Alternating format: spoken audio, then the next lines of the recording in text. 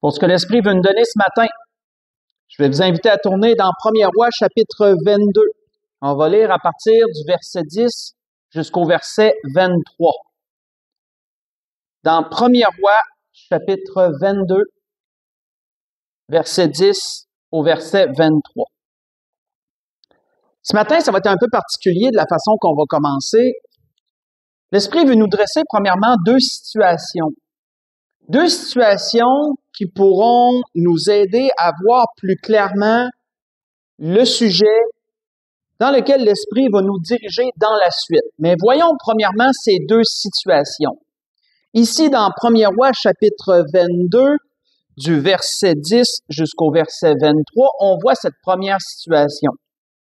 Et pour vous mettre dans le contexte, ici, il nous est parlé d'une guerre entre le roi de Syrie et deux autres rois, le roi d'Israël et le roi de Juda. Nous voyons dans ce contexte que je vous décris toujours que Achab, le roi d'Israël, voulait reprendre au roi d'Assyrie une ville qu'il avait conquise. Et donc, il a invité Josaphat à venir le voir, et Josaphat lui a proposé son aide. Josaphat a dit à Achab, « Allions-nous ensemble, et ensemble nous attaquerons la Syrie, et nous pourrons reprendre la ville en question. » Et bien sûr que cette offre-là, elle a plu beaucoup à Achab, excusez-moi. Et donc, avant de partir à la guerre, Josaphat, qui était un homme beaucoup plus pieux qu'Achab, qui lui était méchant, mauvais et idolâtre, vous connaissez certainement l'histoire d'Achab, sinon je vous invite à faire la recherche. Mais on voit que Josaphat a manifesté le désir, lui, de entendre les prophètes, parce qu'il voulait savoir qu'est-ce que l'Éternel va dire sur cette guerre-là et l'issue de cette guerre-là, entre autres. Et nous voyons, c'est ce que nous allons lire ici dans le chapitre 22, premier livre des rois, à partir du verset 10 jusqu'au verset 23. Il nous est dit que le roi d'Israël et Josaphat, roi de Juda, étaient assis chacun sur son trône, revêtus de leurs habits royaux, sur la place à l'entrée de la porte de Samarie, et tous les prophètes prophétisaient devant eux. Sédécias, fils de Kenaïna, s'était fait des cornes de fer, et il dit, « Ainsi parle l'Éternel, avec ces cornes tu frapperas les Syriens jusqu'à les détruire. » Et tous les prophètes prophétisaient de même en disant, « Monte à Ramoth en Galaad, tu auras du succès, et l'Éternel la livrera entre les mains du roi. » Les messagers, qui étaient allés appeler Michée, lui parlant ainsi, « Voici les prophètes d'un commun accord prophétisent du bien au roi. Que ta parole soit donc comme la parole de chacun d'eux. Annonce du bien. » Et Michée répondit, « L'Éternel est vivant, j'annoncerai ce que l'Éternel me dira. » Lorsqu'il fut arrivé auprès du roi, le roi lui dit, « Michée, irons-nous attaquer Ramoth en Galaad ou devons-nous y renoncer? » Il lui répondit, « Monte, tu auras du succès et l'Éternel la livrera entre les mains du roi. » Et le roi lui dit, « Combien de fois me faudra-t-il te faire jurer de me dire que la vérité au nom de l'Éternel? » Michée répondit, « Je vois tout Israël dispersé sur les montagnes comme des brebis qui n'ont point de berger. » Et l'Éternel dit, « Ces gens n'ont point de maître. Que chacun retourne en paix dans sa maison. » Le roi d'Israël dit à Josaphat, « Ne te l'ai-je pas dit? Il ne prophétise sur moi rien de bon. Il ne prophétise que du mal. » Et Michée dit, « Écoute donc la parole de l'Éternel. J'ai vu l'Éternel assis sur son trône, et toute l'armée des cieux se tenant auprès de lui, à sa droite et à sa gauche. Et l'Éternel dit, qui séduira Achab pour qu'il monte à Ramoth en Galaad et qu'il y périsse? Ils répondirent l'un d'une manière, l'autre d'une autre. Et un esprit vint se présenter devant l'Éternel et dit, moi, je le séduirai. Et l'Éternel lui dit, comment? Je sortirai, répondit-il, et je serai un esprit de mensonge dans la bouche de tous ces prophètes. Et l'Éternel dit, tu les séduiras, et tu en viendras à bout. Sors et fais ici. Et maintenant, voici l'Éternel a mis un esprit de mensonge dans la bouche de tous tes prophètes qui sont là. Et l'Éternel a prononcé du mal contre toi. On va arrêter ici. Lorsque nous regardons, frères et sœurs, toujours dans ce contexte que je vous ai décrit, on voit quoi? On voit qu'une fois que les prophètes que Achab avait fait venir devant eux ont prophétisé, Josaphat, lui, trouvait que leur message était faux. Lui décelait en eux quelque chose qui était faux et il a dit, n'y a-t-il pas un autre prophète? Et on voit que c'est là qu'Achab avait fait venir Michée. Parce qu'Achab a dit, il en reste un. Mais il dit, il prononce seulement que du mal contre moi. Et là, Josaphat dit, dis pas ça. Laisse-les venir. Écoutons ce qu'il a à dire. Et on voit quoi? On voit ici que Michée leur a révélé une révélation que Dieu lui avait donnée. Michée leur a raconté comment qu'il a vu une scène céleste absolument extraordinaire. Michée leur a raconté qu'il a vu Dieu sur son trône. Il a vu la myriade des anges et des esprits qui se sont réunis devant lui. Et il a raconté que Dieu voulait le faire périr, voulait faire périr Achab. Dieu voulait sa perte, Dieu voulait sa mort. Parce que Achab était un homme méchant, un homme idolâtre, un meurtrier même. Parce qu'il avait pris la vigne d'un homme innocent par la ruse et avait fait assassiner cet homme innocent. Et Dieu n'avait pas du tout accepté tout le mal qu'il avait fait. Et là, Dieu décidait que maintenant, c'était sa fin qui allait arriver. Et on voit que Dieu, au lieu de le faire périr en un instant, comme il est capable de le faire avec tout homme qui vit, comme il nous est décrit dans Job 34, versets 14 et 15, que Élieu mentionné à Job, en disant que si Dieu le désirait, il pouvait retirer son esprit de toute chair et toute chair périrait soudain. Dieu aurait pu éliminer Achab très facilement, mais plutôt, Dieu décida de faire autrement. Et lorsque Dieu continuait à consulter tous les esprits, les anges présents, on voit qu'il y en a un qui s'est présenté devant lui et qui a dit, moi, je vais réussir. Et comment? Dieu lui a demandé, comment tu feras? Et l'esprit lui a dit, je vais être un esprit de mensonge. Je vais manipuler les esprits, les pensées. Je vais influencer les actions de tous ces prophètes qu'Achab engage. Et ainsi, ils prophétiseront un mensonge au roi. Et Dieu a dit, oui, tu vas en venir à bout. Fais comme tu as dit. Va et fais comme tu as dit. Cette scène, frères et sœurs, que Michée a décrit à Achab et à Josaphat, nous révèle quelque chose de très important parce que ça nous ouvre les yeux sur une dimension que nous connaissons mal et même, je dirais, qu'on ignore complètement parfois. C'est la dimension céleste. C'est le domaine de Dieu et des anges et de tous les esprits qui existent, que Dieu a créé. On voit que dans ce domaine spirituel-là, Dieu règne. Dieu règne sur tout. Comme Dieu règne sur cette terre comme au ciel, comme il est dit dans la prière, Dieu règne sur cette dimension céleste. Et tous les esprits sont à son service. Aucun ne peut se dérober. On voit qu'il nous est démontré qu'il y a des esprits bienveillants et qu'il y a également des esprits malveillants. Et que ces esprits ont la capacité d'influencer les comportements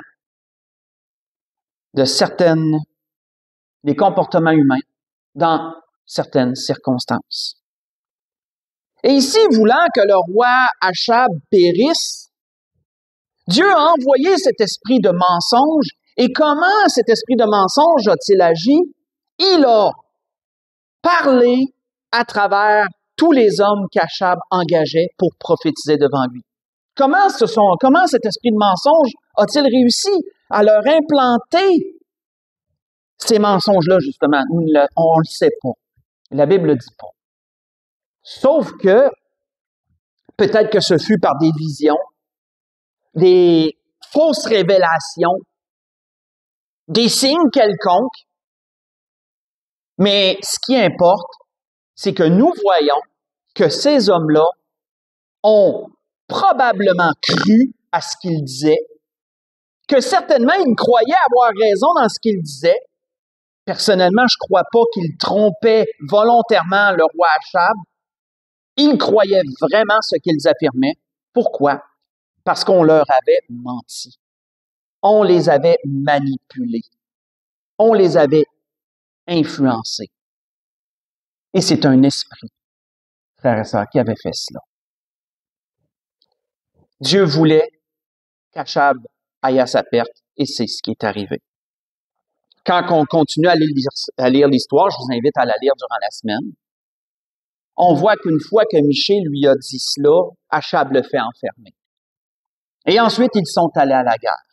Mais on voit que cette révélation de Michée a quand même laissé un doute dans l'esprit d'Achab, parce qu'Achab a dit à Josaphat, il dit, je vais me déguiser comme un simple soldat.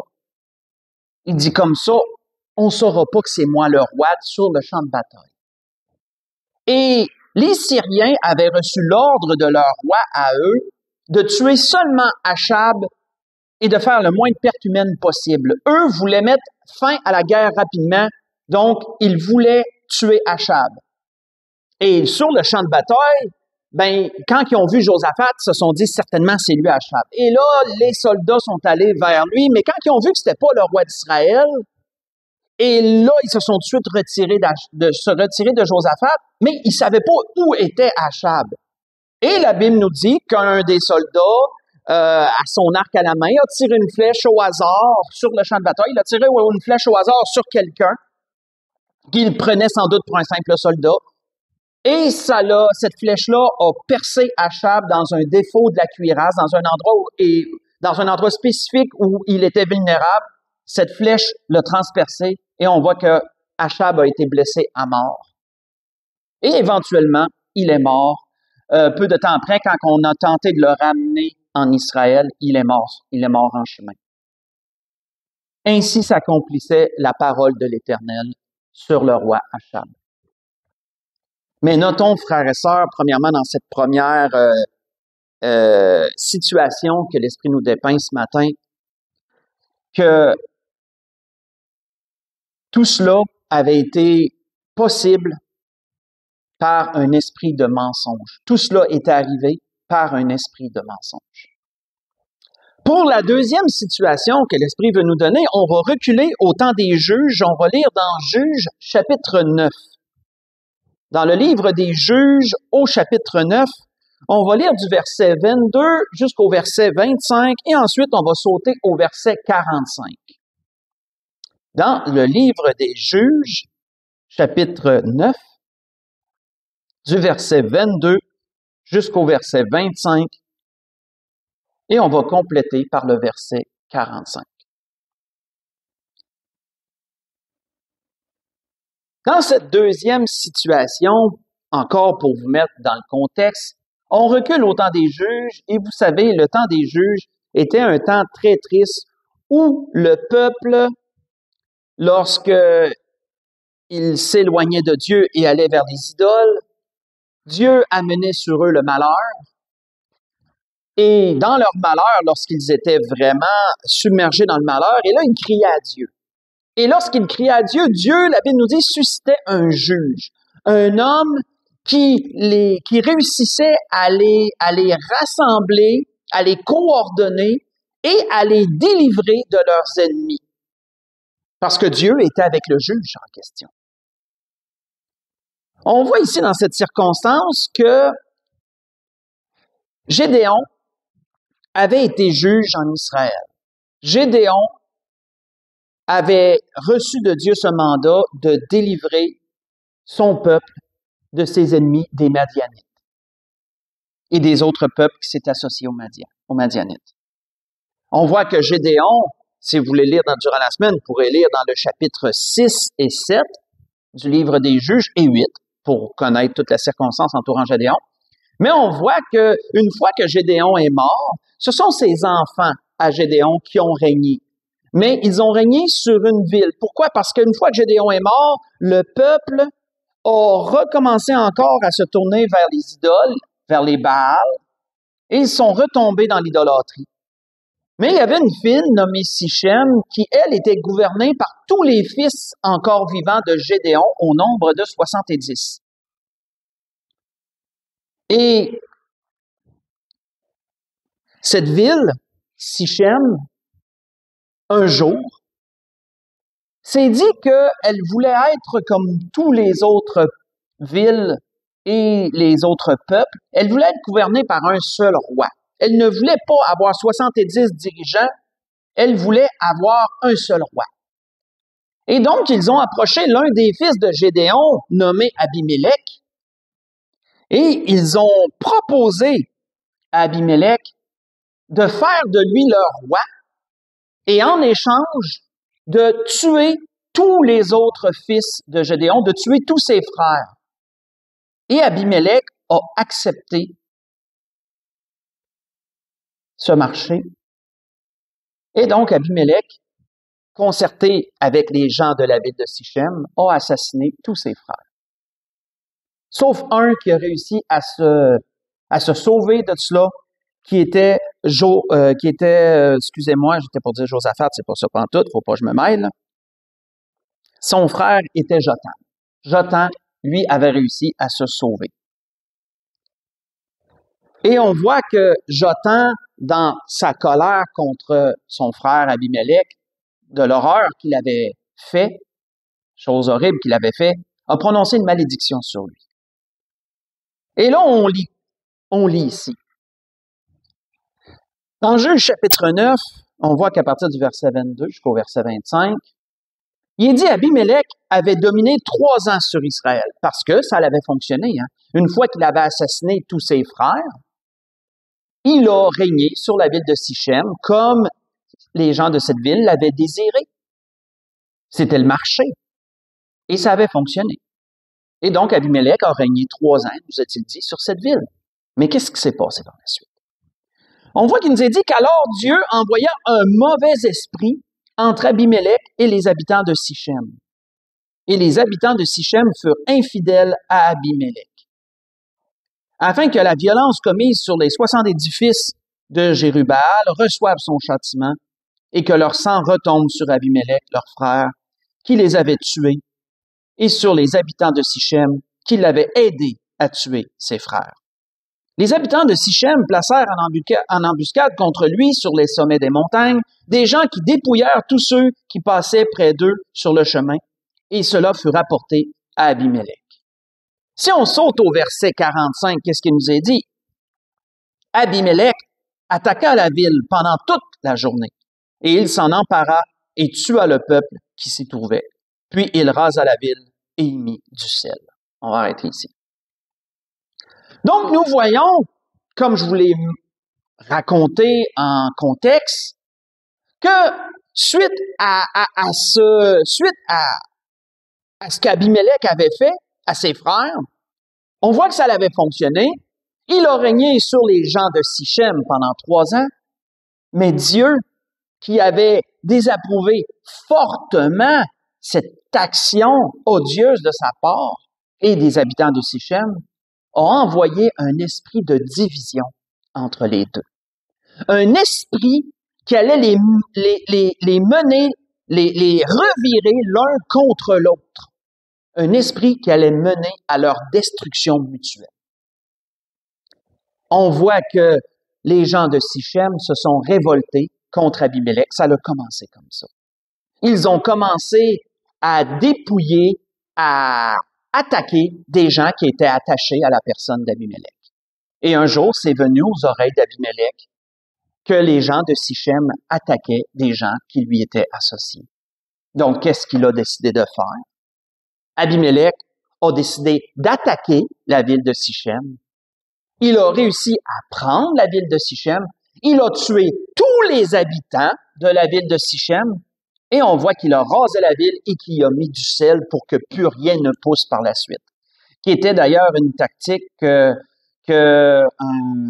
un grand conquérant mongolien du nom de Genghis Khan faisait, lui. Quand il conquérait des endroits, il semait du sel partout parce qu'il voulait pas que rien repousse.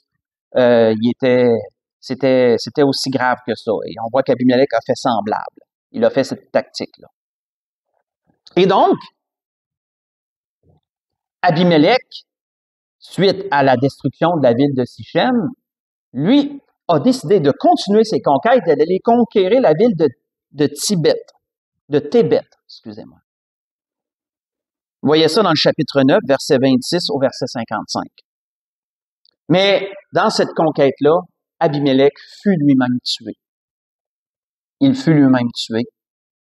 Et donc, en bout de ligne, les deux, la ville et l'homme qui avaient comploté ensemble pour assassiner tous les fils de Gédéon, de Jérubbaal. Jérubbaal, Gédéon, une parenthèse que je vais ouvrir et refermer rapidement, on voit que Gédéon avait été surnommé Jérubbaal. Pourquoi? Parce qu'il était l'opposant de Baal. C'est ce que son nom veut dire en gros. Là. En gros, c'est ce que son nom voulait dire et je referme cette parenthèse-là. Qu'est-ce qui avait fait, frères et sœurs, que Abimelech et les habitants de Sichem se sont retournés les uns contre les autres? Qu'est-ce qui avait fait ça? Qu'est-ce qui avait pu amener à ça? Un esprit de division, frères et sœurs. Un esprit qui a influencé les pensées de chacun. Un esprit qui a influencé les agissements de chacun, qui les a manipulés pour qu'ils s'entretuent mutuellement. Et pourquoi cela est-il arrivé? La parole nous le dit, si vous voulez lire avec moi le verset 56 et le verset 57. On voit qu'il nous est dit que cela est arrivé, ainsi Dieu, est-il dit au verset 56, fit retomber sur Abimelech le mal qu'il avait fait à son père en tuant ses 70 frères. Dieu fit retomber sur la tête des gens de Sichem tout le mal qu'ils avaient fait. Ainsi s'accomplit sur eux la malédiction de Jotham, fils de Jérubbaal. Ces deux situations, frères et sœurs, nous démontrent une seule et même chose. Elles nous démontrent que des gens qui ont agi contraire à la parole de Dieu, qui ont agi contraire à la volonté de Dieu, et contraire à ses voies, se sont exposés à des influences maléfiques et malveillantes. Ils se sont exposés à des influences de mauvais esprits et que Dieu a permis cela, frères et sœurs. Ces influences, quand on regarde dans les deux cas qu'on vient de lire ensemble et d'étudier, dans les deux cas, on voit quoi? On voit que ces influences ont pu tromper, ils ont pu diviser, ils ont pu influencer ces gens-là. Ils ont pu leur faire dire des paroles, manipuler leurs pensées et leur faire faire des actions très méchantes qui, dans les deux cas, ont causé la perte de chacun. Ces deux exemples, frères et sœurs, qu'on a vus et d'autres aussi qu'on aurait pu voir dans l'Ancien Testament, nous démontrent que dans la dimension céleste, il existe bel et bien des esprits bénéfiques, des esprits bons et des esprits maléfiques, des esprits malveillants. Et que l'un comme l'autre peuvent amener à des comportements différents. Les esprits méchants dans les lieux célestes, comme il est mentionné par Paul dans Éphésiens chapitre 6, contre quoi nous devons lutter, l'apôtre Paul disait-il, domination, autorité, etc., et les esprits méchants dans les lieux célestes, dans la dimension spirituelle. Ces choses existent, frères et sœurs. Et on voit que ces esprits célestes, bons comme mauvais, peuvent influencer les comportements humains. Les esprits maléfiques ou malveillants peuvent peuvent conduire les gens à des décisions basées sur la rébellion, sur le mensonge, sur la division, sur la colère, sur l'idolâtrie, et etc. Tandis que l'esprit bienveillant, à commencer par le plus grand, le Saint-Esprit de Dieu, on ne parle pas des anges, le Saint-Esprit de Dieu, lui, peut mener à des décisions plutôt empreintes de sagesse, d'intelligence, de courage, de fidélité, qui sont basées sur la volonté de Dieu. La question que l'Esprit nous pose ce matin, sommes-nous conscients que certaines de nos paroles, de nos pensées, peuvent être influencées par un esprit? Sommes-nous conscients que cela est possible, frères et sœurs? Ou est-ce que pour nous, cela ne se peut pas? Cela n'existe pas? Sommes-nous conscients de ces choses? Celui qui en est conscient va porter très attention à ce que l'Esprit lui dit. Celui qui l'ignore, le rejette, qui n'est pas conscient et ne veut pas être conscient de ces choses, court le grave danger d'être influencé lui-même ou elle-même par ces esprits maléfiques et malveillants. Jacques, lui, nous parle de ces choses, frères et sœurs. Ce ne sont pas des choses que je vous sors d'un chapeau. Ce ne sont pas des choses que j'invente ce matin. Ce sont des faits que la parole de Dieu nous rapporte. C'est un sujet qui est très mal compris des enfants de Dieu. C'est un sujet qui n'est pas souvent prêché et parlé, mais c'est tout de même un sujet qui est existentiel. C'est un sujet qui est vrai, c'est un sujet qui existe, et c'est un sujet sur lequel l'Esprit veut nous éclairer et nous enseigner ce matin.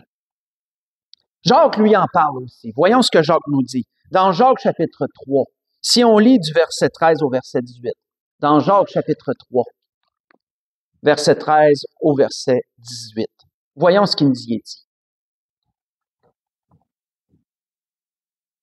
Épître de Jacques, chapitre 3, verset 13 au verset 18. Jacques dit ceci: « Lequel d'entre vous est sage et intelligent? Qu'il montre ses œuvres par une bonne conduite, avec la douceur de la sagesse. Mais si vous avez dans votre cœur un zèle amer et un esprit de dispute, ne vous glorifiez pas et ne mentez pas contre la vérité. Cette sagesse n'est point celle qui vient d'en haut, mais elle est terrestre, charnelle et diabolique. Car là où il y a un zèle amer et un esprit de dispute, il y a du désordre et toutes sortes de mauvaises actions. La sagesse d'en haut est premièrement pure, ensuite pacifique, modérée, conciliante, pleine de miséricorde et de bons fruits, exempte de duplicité et d'hypocrisie. Le fruit de la justice est semé dans la paix par ceux qui recherchent la paix. » Quand on regarde, frères et sœurs, à ce que Jacques nous dit ici, Jacques nous parle de deux types de sagesse différentes. Premièrement, il nous parle d'une sagesse qui est terrestre. Et comment la décrit-il? On voit que Jacques nous dit qu'elle est terrestre, qu'elle est charnelle et qu'elle est diabolique, frères et sœurs. Ça veut dire quoi, ça? Si Jacques nous dit que cette première sagesse, elle est diabolique, c'est parce qu'elle est dirigée par des esprits malins. Elle est influencée par le diable. Elle est associée plutôt, je dirais, au diable. C'est pourquoi qu'il dit que cette sagesse, elle est diabolique. Elle est associée au diable. Cette sagesse est dirigée par des esprits malveillants. On voit que cette première sagesse Comment Jacques la décrit-il? Jacques parle d'esprit amer. Il parle de zèle amer, excusez-moi. Il parle de zèle amer. Il parle d'esprit de dispute. Notez qu'il parle d'influence dans le cœur et notez qu'il parle d'influence dans l'esprit. Un zèle amer vient du cœur, un esprit de dispute vient de l'intelligence. Et dans ces deux cas, on voit que ça l'amène quoi? Ça l'amène de la discorde, de la division. Ça l'amène toutes sortes, comme il dit, de mauvaises actions. Et ceux qui en sont influencés, Jacques dit quoi? Il dit ne vous glorifiez pas et ne mentez pas contre la vérité. Pourquoi? Parce que peut-être que des gens qui sont influencés de cette sagesse, entre guillemets, vont croire qu'ils font le bien, vont croire qu'ils ont raison, vont croire qu'ils agissent pour la bonne raison et qu'ils ce sont eux qui sont dans la vérité. Mais Jacques dit quoi? Jacques dit non.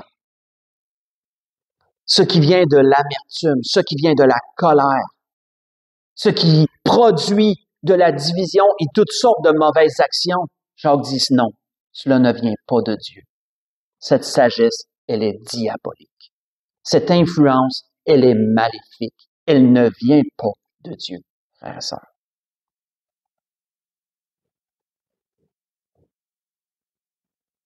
Cette sagesse amène à adopter des comportements qui sont contraires à l'amour et à la vérité qui vient de Dieu. On peut y voir un lien très clair avec les deux situations que l'Esprit nous a montrées en introduction de message ce matin. On peut voir que cette sagesse dont Jacques parle se rapporte très bien aux esprits qui ont influencé, je dirais, qui ont influencé les prophètes d'Achab. Mensonge, manipulation. Ces esprits se rapportent très bien à ceux qui ont influencé les gens de Sichem et Abimelech. Division, colère, querelle, destruction. L'esprit, la sagesse, excusez-moi, qui vient d'en haut, si on parle de cette deuxième dont Jacques nous parle, elle est tout le contraire de la première. Cette deuxième sagesse est influencée par le Saint-Esprit. Et elle mène à quoi? Jacques nous dit qu'elle est pure, elle est pacifique, elle est modérée. Ça veut dire, frères et sœurs, qu'elle ne se jette pas à corps perdu, elle ne laisse pas libre cours aux émotions, aux sentiments mauvais et à tout. Elle est modérée, ça veut dire qu'elle se restreint, elle se contient, cette sagesse-là. Elle est empreinte de retenue, elle est modérée, elle est conciliante. Elle est pleine de bonté, de miséricorde qui est le pardon. Le pardon. Combien de fois que l'Esprit nous parle de pardon dans ces derniers temps? Elle est remplie de bons fruits, exempt de duplicité et d'hypocrisie. Les décisions qui sont influencées par cet esprit, frères et sœurs, sont éclairées, empreintes de vérité, et il en découle du bien. Il en découle ce qui est bénéfique et ce qui est constructif pour plusieurs. Sommes-nous conscients, frères et sœurs, qu'on peut être influencé de ces deux types de sagesse? Et que ces deux types de sagesse se rapportent à des esprits différents qui vont pousser ce type de sagesse. Celle qui est diabolique et celle qui est d'en haut, qui vient de Dieu, autrement dit, qui va selon Dieu. Jean, lui, va parler aussi en rapport avec l'enseignement de ces deux esprits, de deux types d'esprits. Il va en parler en rapport avec l'enseignement. Mais on peut le rapporter au sujet que l'Esprit nous dit ce matin. Qu'est-ce que Jean nous disait? Faites juste écouter. Jean disait ceci. Il dit, bien-aimés, n'ajoutez pas foi à tout esprit. Ça veut dire qu'il y a plusieurs types d'esprits, puisqu'il dit, n'ajoutez pas foi à tout esprit. Mais il dit, prouvez les esprits pour savoir s'ils sont de Dieu. Ça nous dit qu'il y a des esprits qui sont de Dieu et il y a des esprits qui ne sont pas de Dieu. Car plusieurs faux prophètes sont venus dans le monde. Reconnaissez à ceci l'Esprit de Dieu. Tout esprit qui se déclare publiquement pour Jésus-Christ, venu en chair, est de Dieu. Tout esprit qui ne se déclare pas publiquement pour Jésus-Christ n'est pas de Dieu. C'est celui de l'Antéchrist, dont vous avez appris la venue et qui maintenant est déjà dans le monde. Vous, petits-enfants, vous êtes de Dieu. Vous les avez vaincus, parce que celui qui est en vous est plus grand que celui qui est dans le monde. Eux, ils sont du monde, c'est pourquoi ils parlent d'après le monde et le monde les écoute. Nous sommes de Dieu. Celui qui connaît Dieu nous écoute. Celui qui n'est pas de Dieu ne nous écoute pas. Et notez bien la fin de ce que Jean, disait ici. C'est par là que nous connaissons l'esprit de vérité et l'esprit de l'erreur. Ce que je vous ai lu, c'est dans 1 Jean chapitre 4, j'ai lu du verset 1 au verset 6. Jean disait ici que des esprits peuvent influencer des enseignements, peuvent promulguer certains enseignements. Il y a des esprits malins, maléfiques, qui vont promulguer un enseignement de mensonge, un faux enseignement. Il y a des esprits bénéfiques, des bons. On va parler entre autres du Saint-Esprit, bien sûr,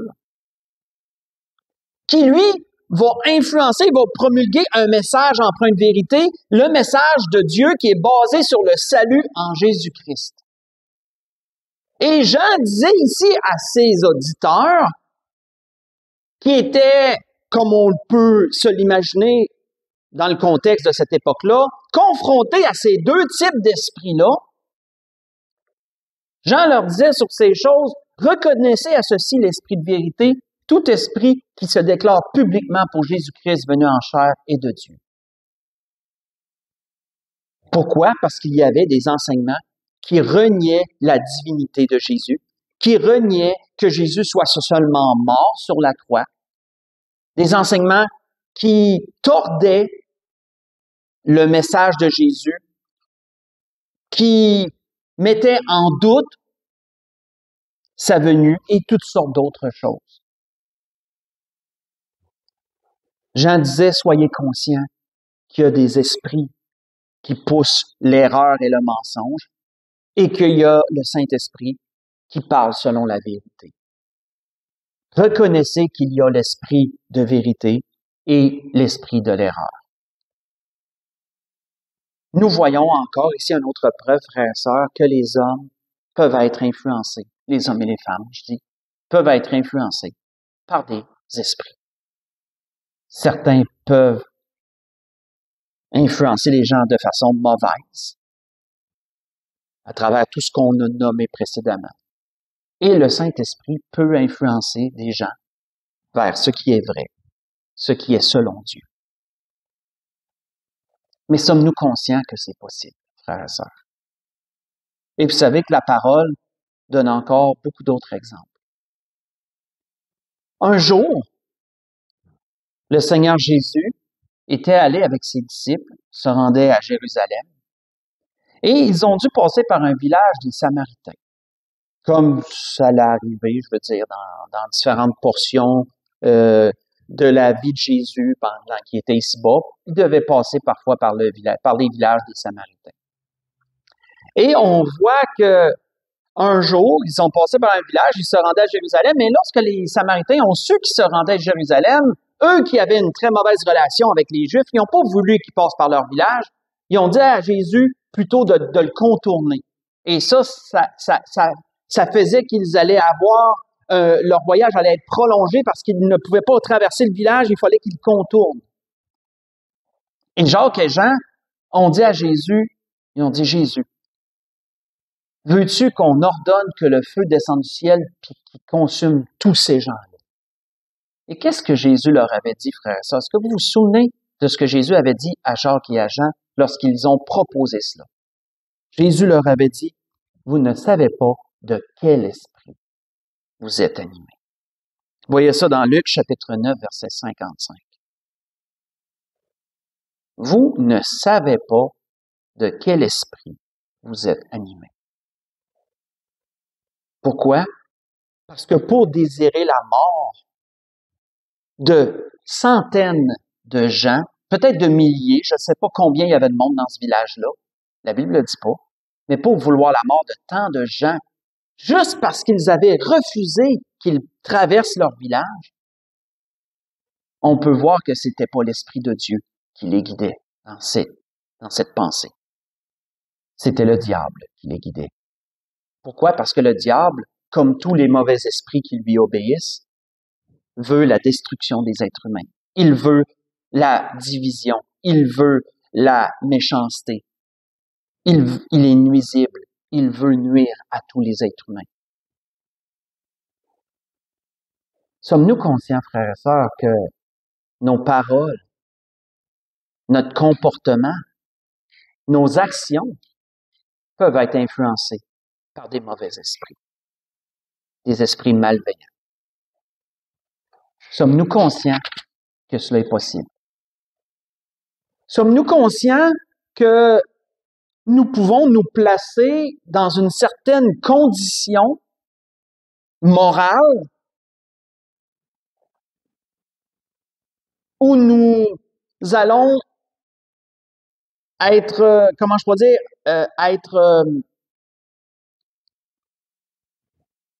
le mot me manque. Sommes-nous conscients que nous pouvons nous placer dans une condition où nous allons être attaquables, si je peux le dire comme ça, où nous allons être faibles, nous allons être manipulables? Sommes-nous conscients que cela est possible? Ceux qui en sont conscients vont vouloir savoir comment on peut se prémunir de cette influence-là. Ceux qui rejettent le message que l'Esprit nous dit ce matin, ceux qui veulent l'ignorer, ceux qui rient de ce message, qui rient de ces choses et qui le balaient d'un revers de la main, cela, qu'ils prennent garde, parce qu'ils peuvent être influencés par un esprit ou des esprits malveillants dans ce sens. Et donc, comment pouvons-nous nous préserver d'être influencés de la sorte? Avant d'aller à la conclusion, allons dans Éphésiens chapitre 4, allons voir cela. Éphésiens chapitre 4. Comment pouvons-nous nous préserver d'être mal influencés? Parce que bien sûr que Dieu peut nous protéger dans ce sens. Bien sûr que Dieu peut nous préserver des influences maléfiques. Mais comment être protégé de ces choses?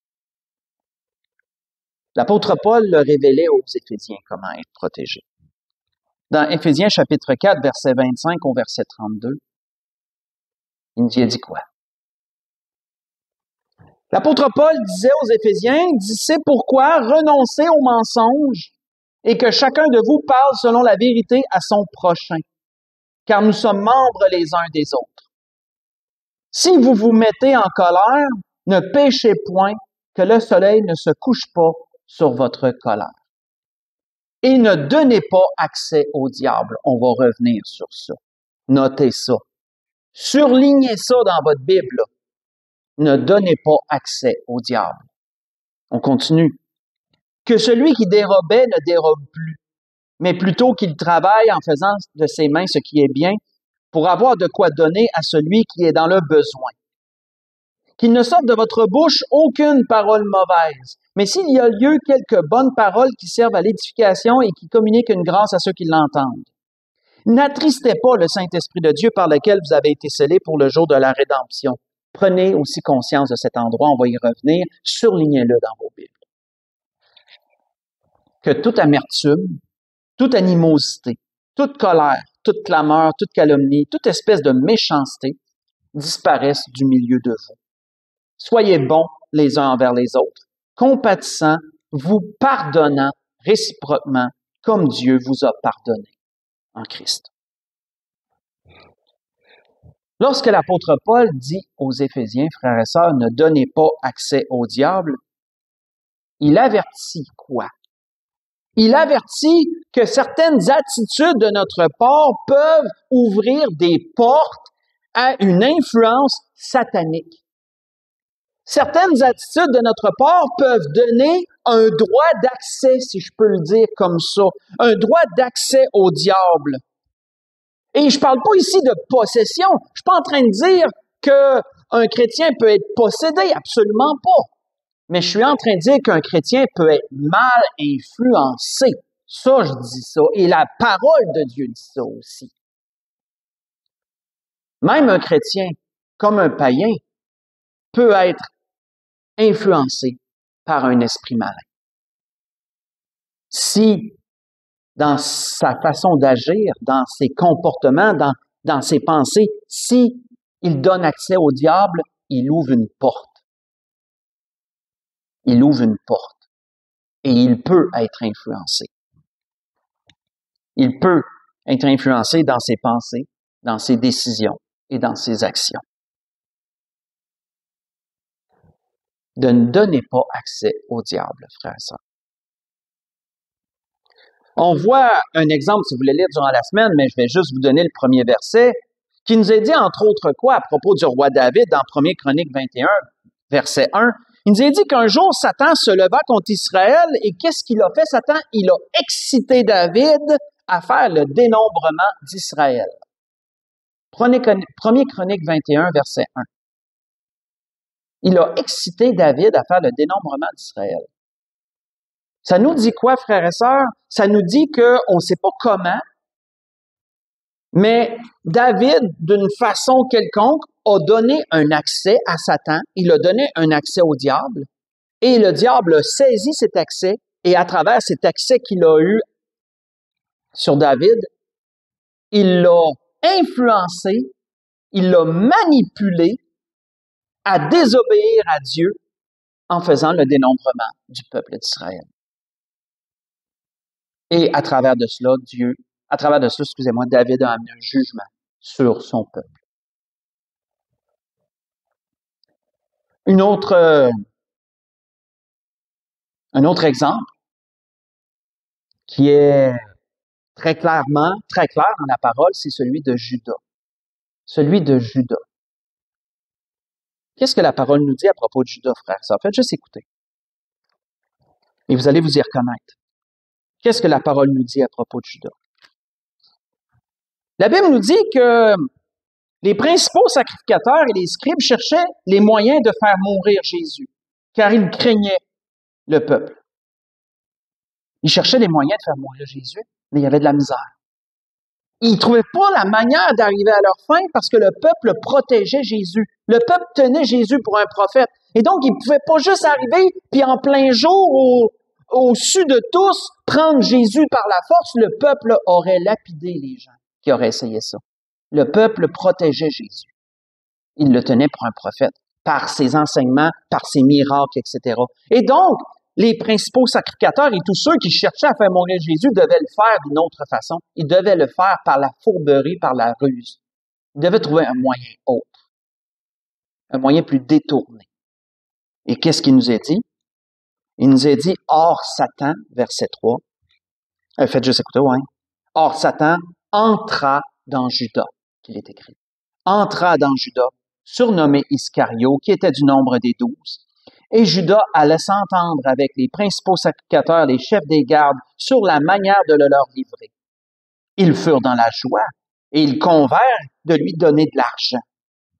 Après s'être engagés, ils cherchaient une occasion favorable pour leur livrer Jésus à l'insu de la foule, bien sûr, pas devant la foule, à l'insu de la foule. Ce que je vous ai lu, c'est dans Luc chapitre 22, verset 2 au verset 6. Comment Satan a pu entrer dans Judas? Ça veut dire quoi, entrer dans Judas? Ça veut-tu dire que Judas a été possédé par Satan puis qu'il était plus libre de ses mouvements? Non.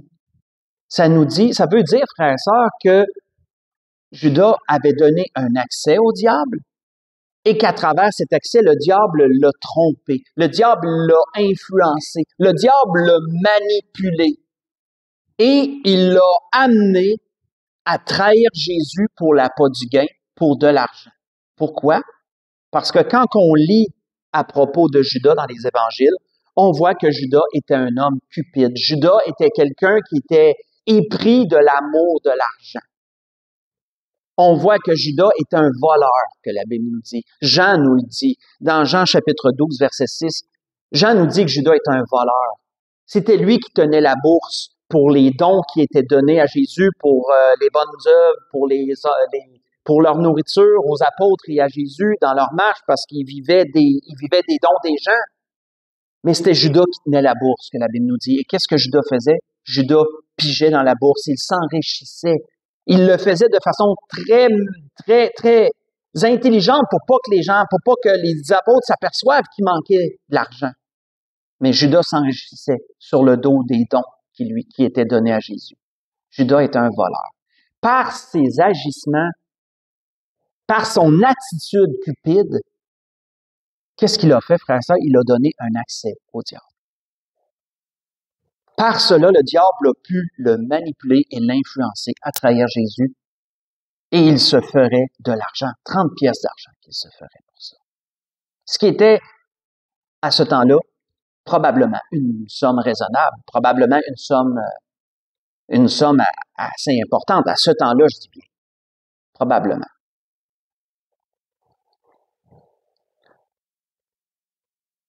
L'apôtre Paul disait quoi? L'apôtre Paul, avant de parler d'accès au diable, avait parlé de différents points qui étaient des exemples d'accès.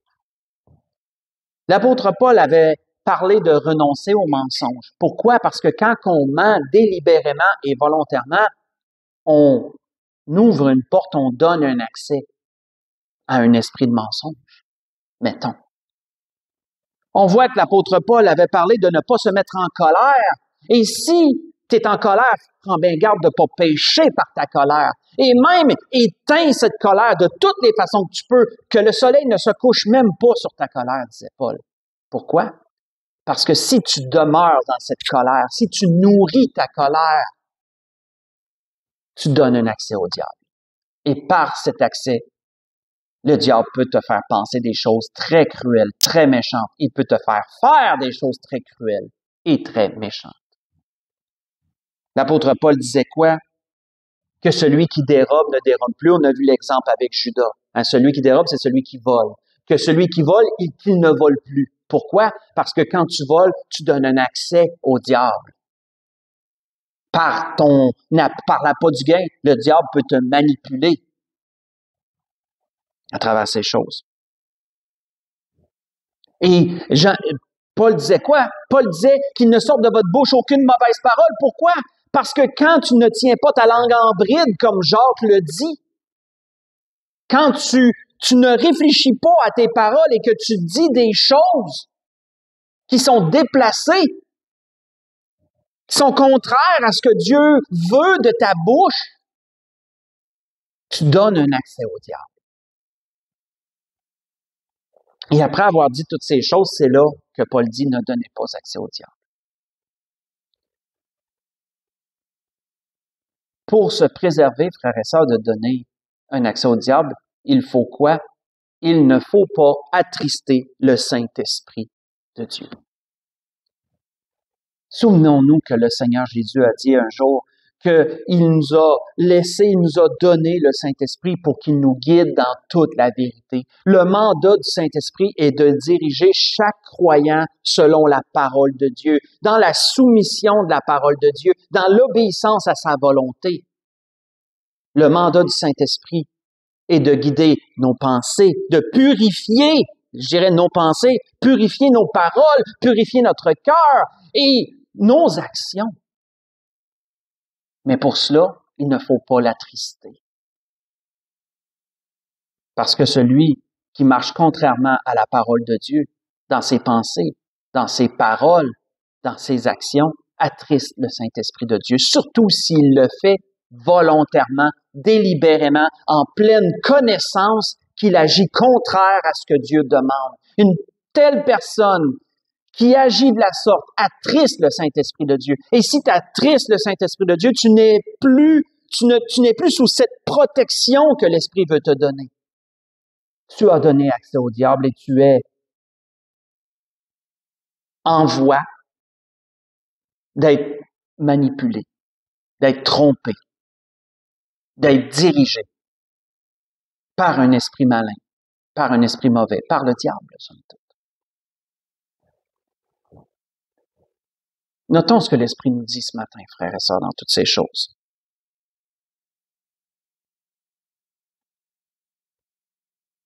C'est pour ça que l'apôtre Paul disait au verset 31, si on est conscient de ce que l'Esprit nous dit ce matin, si on est conscient que le monde céleste existe, bien sûr qu'on doit en être conscient, puisqu'on a ceux qui acceptent Jésus comme leur sauveur et Seigneur, c'est parce qu'ils savent que le monde céleste existe, ils savent que Dieu existe, ils savent que Dieu est le créateur et le concepteur de toutes choses.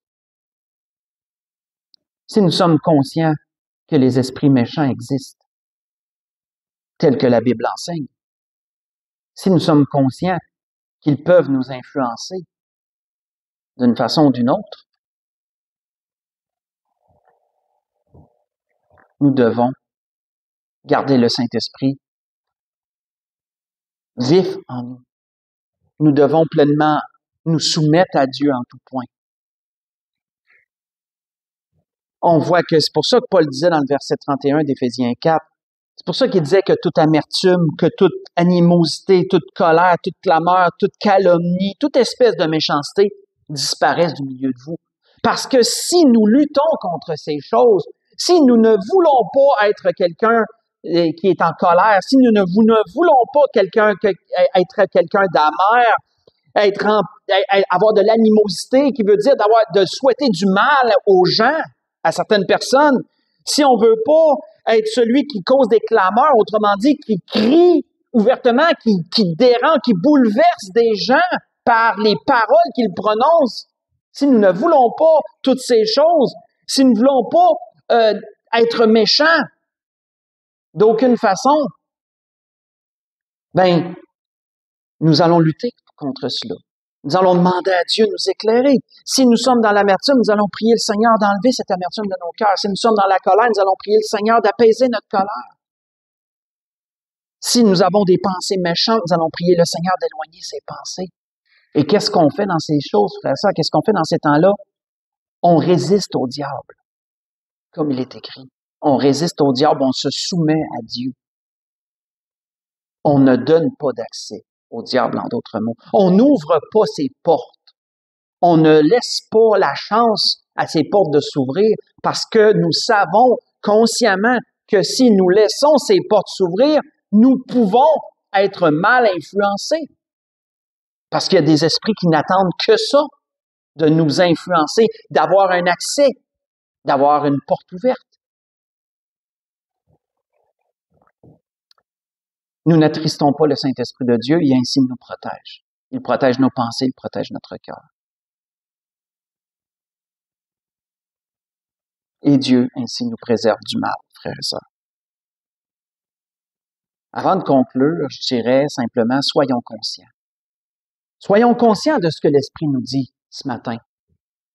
Soyons conscients qu'il y a une guerre spirituelle qui est en cours. Soyons conscients qu'il y a des esprits qui nous entourent. Soyons conscients qu'il y a des esprits mauvais, et il y en a beaucoup, des esprits maléfiques, des esprits méchants. Soyons conscients qu'il y a le Saint-Esprit aussi. Il y a les anges, qui sont des esprits au service de Dieu, comme la Bible dit, mais qu'il y a le Saint-Esprit que Jésus nous a envoyé pour nous guider dans toute la vérité. Soyons conscients que si nous ouvrons des portes et si nous donnons des accès au diable, cela peut enclencher toutes sortes de situations, de mauvais comportements, et que nous pouvons nous en trouver très mal si nous sommes la cible du diable de cette façon-là. Nous pouvons être plongés dans bien des tourments. Et c'était ce que l'Esprit voulait nous dire ce matin dans toutes ces choses.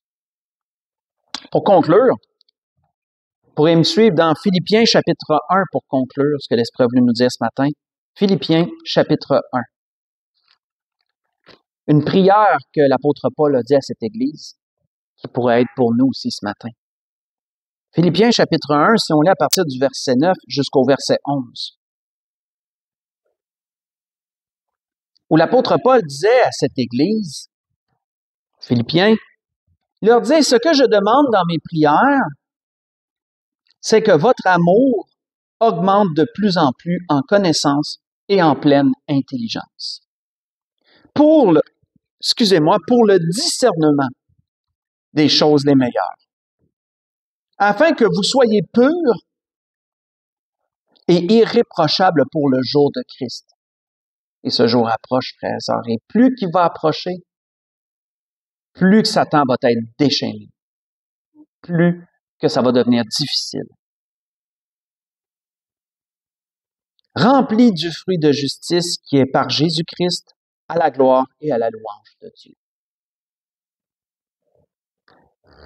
Que notre amour augmente de plus en plus en connaissance et en pleine intelligence pour le discernement, frères et sœurs, des choses les meilleures. Le discernement. Nous pourrions dire aussi pour le discernement des esprits, comme Jean le parlait, comme Jean le mentionnait. N'ajoutez pas foi à tout esprit, mais sondez les esprits pour voir s'ils sont de Dieu. Souvenons-nous également de ce que Jacques nous a dit. Si vous avez dans votre cœur un zèle amer, un esprit de dispute, si vous avez dans votre cœur de la méchanceté, de l'animosité, comme il disait aux Éphésiens, la colère,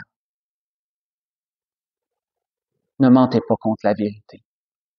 Ne croyez pas que cette sagesse vient de Dieu. Ce n'est pas un bon esprit qui vous influence, c'est un esprit maléfique qui vous influence et vous entretient dans ces choses. Rejetons ces comportements, rejetons ces pensées. Reconnaissons-les pour ce qu'elles sont vraiment, quelque chose de mauvais qui ne vient pas de Dieu. Et soumettons-nous au Seigneur. Résistons au diable afin de recouvrer une raison plus saine. Et si dans notre cœur, nous avons le pardon, nous avons l'amour, nous avons la bonté, nous avons le désir de réconciliation, reconnaissons que cela sont des fruits de l'esprit. Reconnaissons que cela vient de Dieu. Et nous saurons que nous sommes bien influencés. Car un esprit méchant ne susciterait pas de tels bons sentiments en nous. Sachons discerner, frères et sœurs, les esprits. Sachons discerner. Les discerner à travers nos pensées, à travers nos comportements, à travers nos actions. Soyons prêts à nous repentir si nous reconnaissons que nous avons été manipulés, influencés d'une quelconque façon, dans nos pensées, dans nos esprits, dans nos comportements, dans nos actions. Soumettons-nous à Dieu, reconnaissons ces choses, frères et sœurs, demandons pardon à Dieu et cherchons sa face, cherchons à faire sa volonté et à marcher selon le Saint-Esprit de Dieu. C'était ce que l'Esprit voulait nous dire encore ce matin dans toutes ces choses. On peut se lever pour un dernier cantique.